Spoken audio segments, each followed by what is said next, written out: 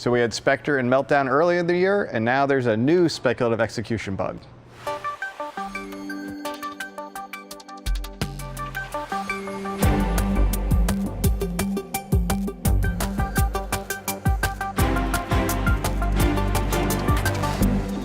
So, John, I hear that there's a new twist to this whole Spectre and Meltdown story. So yeah, there is a new attack out there that's very similar to the previous Spectre and Meltdown vulnerabilities that were discovered, I guess it was sometime early this year.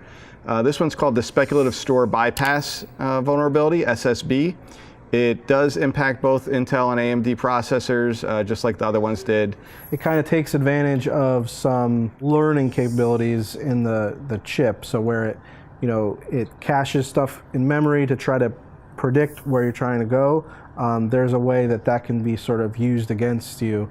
What it allows you to potentially do, if you're able to execute, is to arbitrarily read things from memory that you probably shouldn't be accessing or have privilege to read out of memory. There are a few vectors that would be of concern, such as JavaScript is one vulnerability with the just-in-time compiler that's in the JavaScript engine.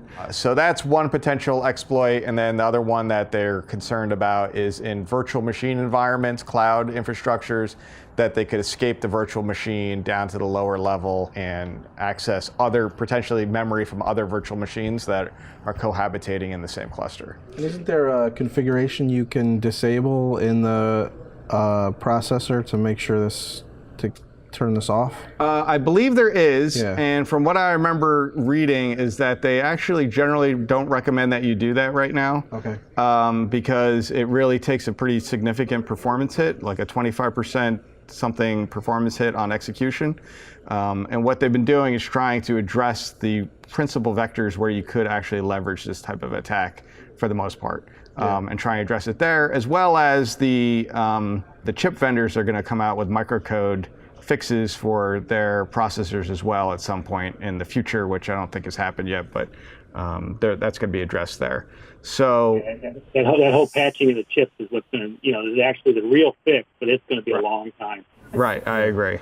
Yeah, what I saw was interesting about this, in software where everybody's going to this machine learning and intelligence, and it looks to me like this is sort of a byproduct of that the vulnerability takes advantage of some predictive, caching of information, and we don't a lot of times think, if we're building in learning capabilities into some of the software, well, maybe there's an avenue to trick that learning capability and take advantage of it. So you got to really think of all the repercussions of, the smarter we make these devices, maybe that's not as secure. Right, it needs to be done securely, but the current Spectre Meltdown vulnerabilities are leveraging, I guess they were doing kind of a predictive place where things would get loaded into memory. Right. And they would just try to do it there. And then if that wasn't the right place, once they got it in there, it would reload it anyway. But right. Doing it in advance was kind of, because they kind of knew where to expect it to be, would give them like a performance advantage. But it also introduced a possible path to exploit because of that. So, I think it's really interesting too that one of the stories I read said that there's already a variant 5 and 6 probably, that are being worked somewhere. I think we're going to see more and more people focusing in on this area and discovering yet other little tweaks and pivots on this same type of exploit path in the future. But I don't think anybody needs to panic. I think just kind of make sure you keep your systems patched, apply the patches that people are releasing for various products to address these vulnerabilities, and that should cover you.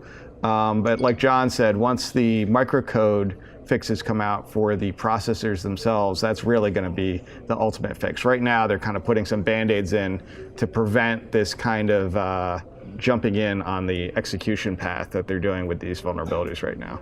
The previous fixes for Spectre and Meltdown also address this, so it's really just a matter of updating your processors, getting the latest version, and making sure you're up to date.